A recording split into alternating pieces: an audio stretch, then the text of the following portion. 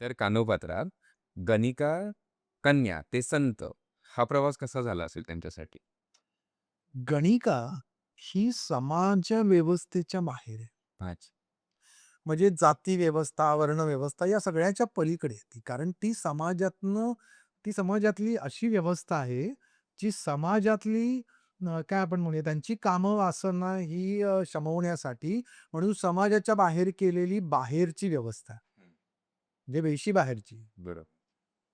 आपण जर गणिकेचं आयुष्य बघितलं, तर निदान शूद्रांना जात आहे. त्यांना काहीच नाही. त्यांना जातच नाही. हं. म्हणजे त्यांना अस्तित्वच नाही. एखाद्या मानवाचं अस्तित्वच समाजामध्ये नसणं, हे मला असं वाटतं, की समाजव्यवस्थेतलं सर्वात भयंकर भीषण काय असेल तर हे. पण अशातही अशा गणिका आणि ते प्राचीन काळापासून गणिका आहे वेश्याव्यवसाय. कानोपात्रा संत परंपरेमध्ये, सर्व संत परंपरेमध्ये स्त्री संतांमध्ये ती वेगळी का आहे? कारण ती गणिकेची हं. मुलगी आहे.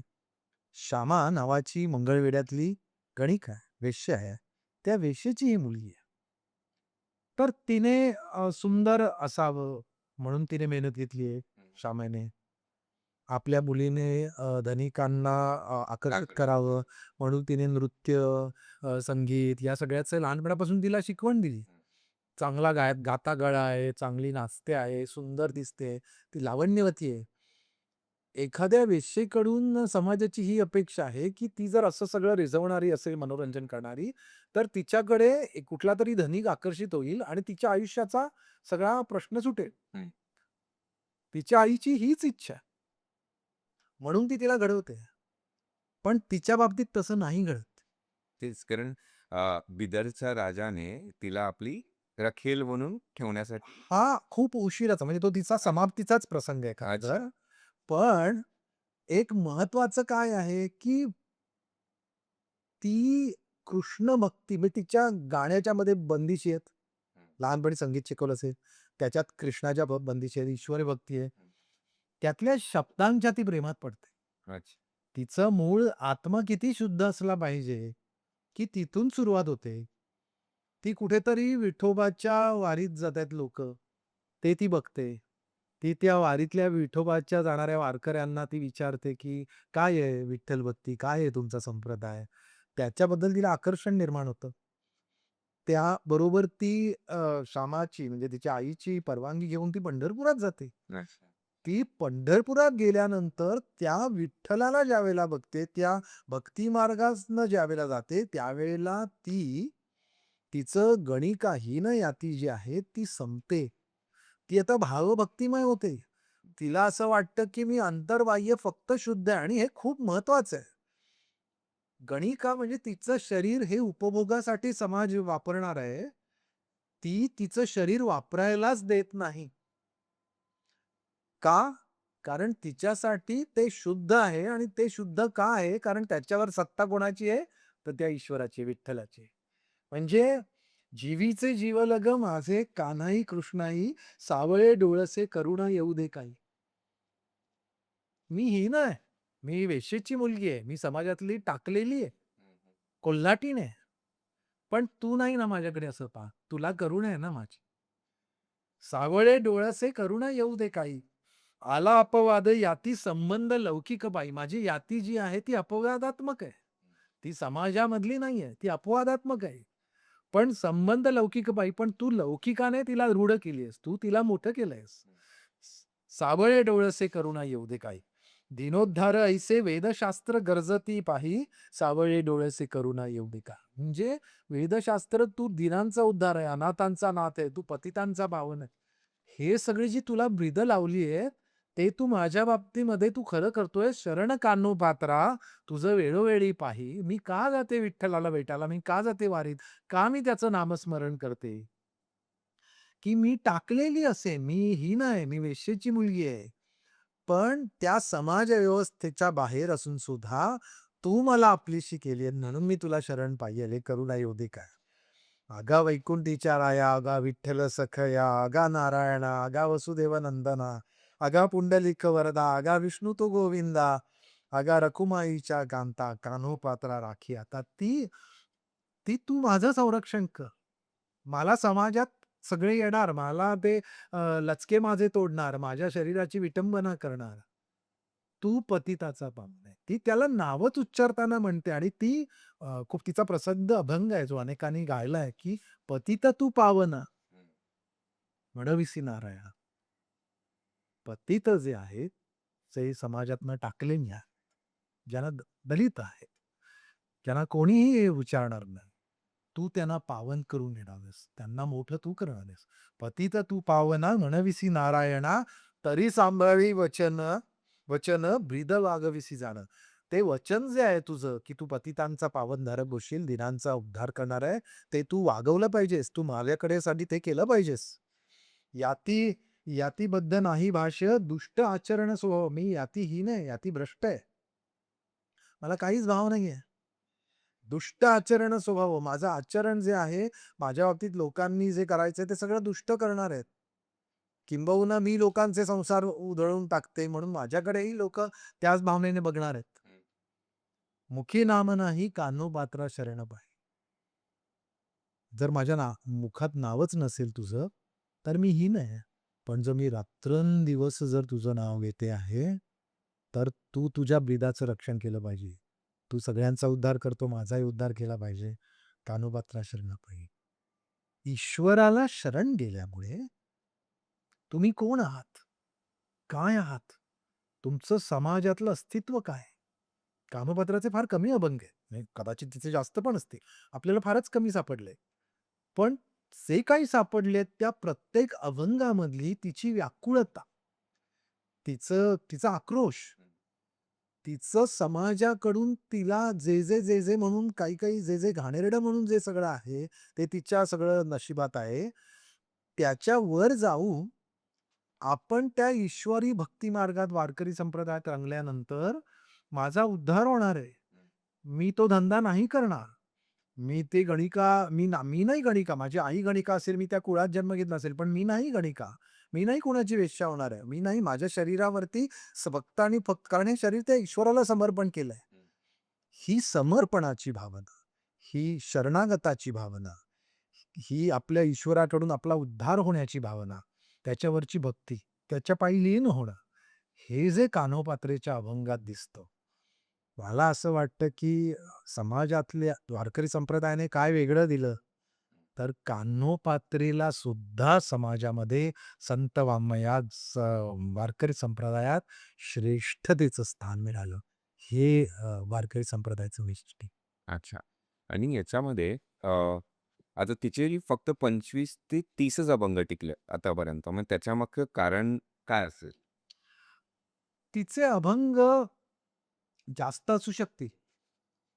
पण ते काळाच्या ओघात नष्ट झाले. खरं मला असं वाटतं, की भरपूरच लोकांचे म्हणजे मुक्ताईचे सुद्धा अभंग आपल्याला खूप कमी मिळत आहेत. मला वाटतं जे लोकांच्या तोंडावर राहिले तोंडात बसले. कारण हे कोणी फार कमी लिहिले गेले. हं. फार कमी लोकांचे. आता कान्होपात्रेचे अभंग लिहून घ्यायला कोण होतं? बरं. ते अभंग ज्यांना लक्षात राहिले त्यांनी म्हटले. हं. तर असं भरपूर काही असेल ना. आज आपण बघितलं तर आपल्याकडे वेद, शास्त्र, संहिता अशातलं सगळं संकरित आलेलं आहे. तर तसंच काहीतरी त्यांचं झालेलं आहे. पण ती संख्या मात्र तिच्या अभंगाची खूप जास्त असणार आहे. आणि जी बिदरच्या बादशहाची जी घटना होती, ती म्हणजे काय एक ऐतिहासिक संघर्ष होता, की असं रंगवलेल्या गोष्टी आहेत? नाही, एक आपल्याला बघितलं गेलं पाहिजे. आपण थोडंसं इतिहासाच्या बाबतीत जाऊया, की तो काळ कुठला आहे? कान्होपात्रा ही ज्ञानदेव नामदेवांच्या वेळची नाही. हं. ती त्यांच्यानंतर आहे. कोणत्या म्हणजे शतकात? तीच आता आता हे जे शतक आहे हे 13वं-14वं शतक आहे. हं. पण कान्होपात्रेचं शतक हे 15वं शतक आहे. अच्छा. म्हणजे तिची जी काही 15व्या शतकातली जी भूमिका आहे म्हणजे ती साधारणपणे नाथांच्या जवळच्या कालखंडात. पण त्यावेळेला आपल्यावरती मुस्लिम परचक, इस्लामी शासक हे महाराष्ट्रावर राज्य करतात. बहमनी राज्य आहे. म्हणजे अल्लाउद्दीन खिल्जीने ज्यावेळेला ज्ञानेश्वर माऊली समाधिस्थ झाल्या, त्याच सुमारास अल्लाउद्दीन खिल्जीने देवगिरी चा नाश केला. म्हणजे लगेच महाराष्ट्रावर परतंत्र्य आले. म्हणजे यादवांची सत्ता गेली, खिलजीची आली. खिलजींच्या नंतर सगळेच्या सगळे त्याच्यानंतर बहमनी सुलतान आले. बहमनी सुलतानाची 5 शकलं झाली. त्यांच्यामध्ये बिदरशाही, आदिलशाही, इमादशाही, कुतुबशाही, निजामशाही निर्माण झाल्या. तर त्या इस्लामी शासकांच्या वेळेला स्त्रियांची अवस्था अजून भीषण आहे. म्हणजे समाजात आधी होती दुय्यम. काहीतरी वारकऱ्यांनी वगैरे ती थोडी उचवली असेल. पण इस्लामी शासकांच्या वेळेला स्त्रीची अवस्था अतिशय वाईट आहे. म्हणजे त्यांचे लिलाव होत असे, त्याचे बाजार भरत असे. सुंदर स्त्री ही कोणाच्याही घरातली असली तर ती कुठल्याही इस्लामी शासकाच्या, बादशहाच्या, उमरावाच्या, अमीराच्या कोणाच्याही नजरेत पडली तर तिचं आयुष्य गेलं. ती कायम त्याच्या जनानखान्यामध्ये बंदिस्त. असं महाराष्ट्रातलाच नाही तर एकंदरीतच भारतातल्या सर्व स्त्रियांचं जीवन हे त्या कालखंडात या इस्लामी शासक आणि त्या समाज व्यवस्थामध्ये, सत्ताधाऱ्यांच्या व्यवस्थामध्ये खूपच भीषण आणि ज्याला असं म्हणूया दुर्दैवी आहे. कानोपात्रा ही त्यातून समाजव्यवस्थेतली गणिका म्हणजे त्या बाहेरची आहे. तर ती जर सुंदर निर्माण झाली, तिच्याकडे नैसर्गिक सौंदर्य असेल आणि ते जर कुठल्या जर बादशहाच्या किंवा कुठल्याही श्रीमंताच्या नजरेत पडलं, ते तर इस्लामी बादशहा जर इतर सत्ता, इतर समाजातल्या कुठल्याही स्त्रियांना सोडत नसतील, तर कानोपात्रेला सोडतील असा संबंधच नाही. त्यामुळे तिच्या सौंदर्याबद्दल त्याच्या कानी कुठेतरी पोहोचलं असेल, बिदरच्या बेरीत बादशाह आणि मी आत्ता म्हटलं त्याप्रमाणे बादशाह म्हणजे तो त्या स्वामी ना, तो सत्ताधीश आहे. हं. तो कोणालाही उचलणारच. तसंच तो त्या कानोपात्रीला उचलणार. म्हणजे कुठल्यातरी धनिकाच्या, हिंदू धनिकाची ती रखेल किंवा त्याची वेश्या म्हणून राहणार वगैरे, हे तिच्या आयुष्यात कदाचित घडलं असतं, नसतं वगैरे हे वेगळं. पण इस्लामी शासकांनी तिला पकडायला पाठवलं म्हटल्यानंतर ती कायम त्याच्या जनानखान्यात वापरली जाणार हे डेफिनेट आहे. ह्याच्यात काही बदलणार नाहीये. कानोपात्रेचं जे आयुष्य आहे, त्या आयुष्यात जर ती भक्तिपंथाला गेली आहे, ती वारकरी संप्रदायाने तिचा स्वतःचा असा जो ज्ञानाचा मार्ग आहे, तो जर तिने पत्करलेला आहे, तर ती हे मान्य करणार नाही ना. म्हणून मग ती काय करते? आता हो, की बाबा ही घटना घडली का? माझ्या दृष्टिकोनातनं घडलेली असणार. अच्छा. याची कारण मुख्य दस्तावेज काय? तर एकतर सगळ्यात पहिल्यांदा म्हणजे वारकरी संप्रदायातल्या इतर संतांच्या अभंगामध्ये हा प्रसंग आलेला आहे. बिदरच्या बादशहाने कानोपात्रेला पकडण्यासाठी नेले लोकं. हे अभंगांमधून कळतं. पण कान्होपात्रा ही एकमेव संत आहे, की जिची पंढरपुरात समाधी ती पंढरपुराला गेली आणि पंढरपुराला जाऊन तिने देहसमर्पण केला. म्हणजे ती विठ्ठलामध्ये अर्पित झाली. याचंही अभंगांमध्ये लिलेख आलेले. मी अगदी पहिल्यांदा ज्याप्रमाणे म्हटलं, की इतिहासाचे दस्तावेज इतर कागदपत्र जशी असतात, तशी कागदपत्र आपल्याला संत वाङ्मयाची किंवा वारकरी संप्रदायाच्या बाबतीत तसं आपल्याला शोधायला नाही. ते आपल्याला रेफरन्स टू कॉन्टेक्स्टमधूनच त्याचे पुरावे मिळणार. पण हा प्रसंग, हा तिच्या आयुष्यातल्या, तिच्या भक्तीचा, तिच्या सत्वाचा सर्वोच्च प्रसंग. मग वारकरी संप्रदायामध्ये हे कसं स्वीकारलं गेलं असेल एका कणिकेसाठी? तेच तर महत्व आहे ना, की गणिका आहे, ती समाजातली दुरीता आहे. समाजाने टाकलेली आहे. पण वारकरी संप्रदाय कोणालाच सोडत नाही ना. तो चोखा मेळा हा महार आहे. समाज व्यवस्थेतला शेवटच्या शूद्र अतिशूद्र आहे. त्याला तो अत्यंत हृदयी ठेवतो. चोखा मेळा त्याचं जर भाष्य जरी आपण बघितलं, तर त्याच्या भाष्यामध्ये तो असं म्हणतो, की मला विटाळलं लोकांनी. पण तो म्हणतो, की "पंचही भूताचा एकची विटाळ, विटाळाची जाहला देह मुडो." चोखा मेळा स्वतःच्या भक्तीला किती उत्तुंग करतो, की त्या मंगळवेढ्याला जी गावकूस ती त्याही वेळेला बादशाह हल्लेखोर इस्लामी शासक आहे. तर त्यावेळेला ती गावकूस घालण्यासाठी त्यांना कामाला लावलेलं आहे. ती भिंत कोसळते. त्याच्यात अनेक कामाला असलेले अनेक महार, अनेक शूद्र जमातीतले मजूर वगैरे सगळे गेलेले आहेत. त्या चोखामेळाची हाडं, अस्थी या नामदेव जातात आणि त्या सगळ्या ढिगाऱ्यातनं उपसतात आणि त्याच्या अस्थीमधून विठ्ठल शब्द येतो इतकं पावन आहे. त्या घेऊन येऊन त्याला पंढरीच्या महाद्वाराशी त्या अस्थींना पुरून तिकडे समाधी बांधली जाते. प्रत्यक्ष पांडुरंगाच्या मंदिराच्या महाद्वारी चोख्याची समाधी अस्थिपूर्ण बांधणं, ही समाज व्यवस्थेने एका अतिशूद्राला किती उंच केलंय, की आज आज आता कोणी आहे ना, आज आपण काही जातपात मानत नाही. कोणी असतील म्हणजे ब्राह्मण असतील, शूद्र असतील, कोणी असतील महाराष्ट्रामध्ये. कुठल्याही जातीपातीचे असतील, भाषेचे असतील. पंढरपुरात आपण सगळे ज्यावेळेला जातो, त्यावेळेला पहिल्यांदा चोखा मेळ्यानं नमस्कार केल्याशिवाय आपण जातच नाही. नामदेवाला सुद्धा पायरी आहे.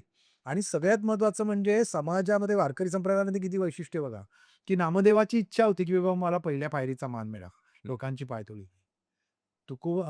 तुकोबाची वैकुंठ गमनाची इच्छा आहे. सगळ्यांच्या इच्छा आहे. ज्ञानेश्वरांनी सांगितलं मला समाधिस्थ व्हायचं आहे. चोखोबाची कुठे इच्छा आहे? चोखोबाने इच्छा नाही व्यक्त केली. चोखोबाने काहीही सांगितलेलं नाही. तरी सुद्धा त्याच्या अस्थी आल्यात आणि पंढरपुराच्या पहिल्या पायरीवर विराजित आहे. हे समाजाने मोठेपण दिलेलं आहे. ते त्या माणसाचं मोठेपण समाजाने थोरपण मान्य केले. गणिका कशी सुटेल यातून? गणिका ही त्याच्याही पेक्षा शूद्र जर असेल, तर वारकरी संप्रदायाचा काय क्रांती या संप्रदायाने किंवा मी तर असं म्हणेन, की आज आपण महाराष्ट्र संस्कारांनी म्हणून जो काही आलाय, आपली जी आतमधली नीतिमत्ता आहे, ती या संतांच्या शिकवणीवरती पोचली. न्यायमूर्ती महादेव गोविंद रानडेंनी महाराष्ट्राचा उदय केला. तर त्यांच्या मराठी सत्तेचा उत्कर्ष किंवा उदय कसा झाला, त्याच्यात त्यांनी संतांची शिकवण ही महाराष्ट्राच्या समाजाची मनोभूमिका, मशागत केली आणि त्याच्यावरती शिवाजी महाराजांनी स्वराज्य उभारलं. म्हणजे तारकऱ्यांची स्वराज्याची पताका किंवा ते जे राज्य जे आहे, प्रत्येकाचं कल्याणकारी राज्य आहे, ते राज्य हे या संतांच्या संस्कारांवर उभं राहिले. आज आपण या संतांच्या संस्कारापासून खूप भरकटलो आहोत का? हेही आपल्याला बघायला जर बघायचं असेल, तर आजचं आपलं जीवन आणि संतांचं शिकवलेली शिकवणूक याच्याने महाराष्ट्राने, मराठी मनाने अभ्यासला पाहिजे. मला असं वाटतं, की केवळ गणिका, कानोपात्रा ही किती मोठी झाली, की ती ज्यावेळेला त्या बिदर बादशहाचे गडी आले ते शिपाई आणि ते म्हणाले, "आता चल पकड ना." त्यांना म्हणते, "जरा थांबा." आणि ती पळून जाते तिकडनं आणि ती पंढरपुरात येते आणि पंढरपुराच्या आतमध्ये जाते विठ्ठलाला आणि विठ्ठलाला सांगते, की "मला तू घे. म्हणजे मी तुझ्यामध्ये मला विलीन कर. समर्पण तुझ्या पायी आले मी." आणि तो तिची प्राणज्योत मालवते.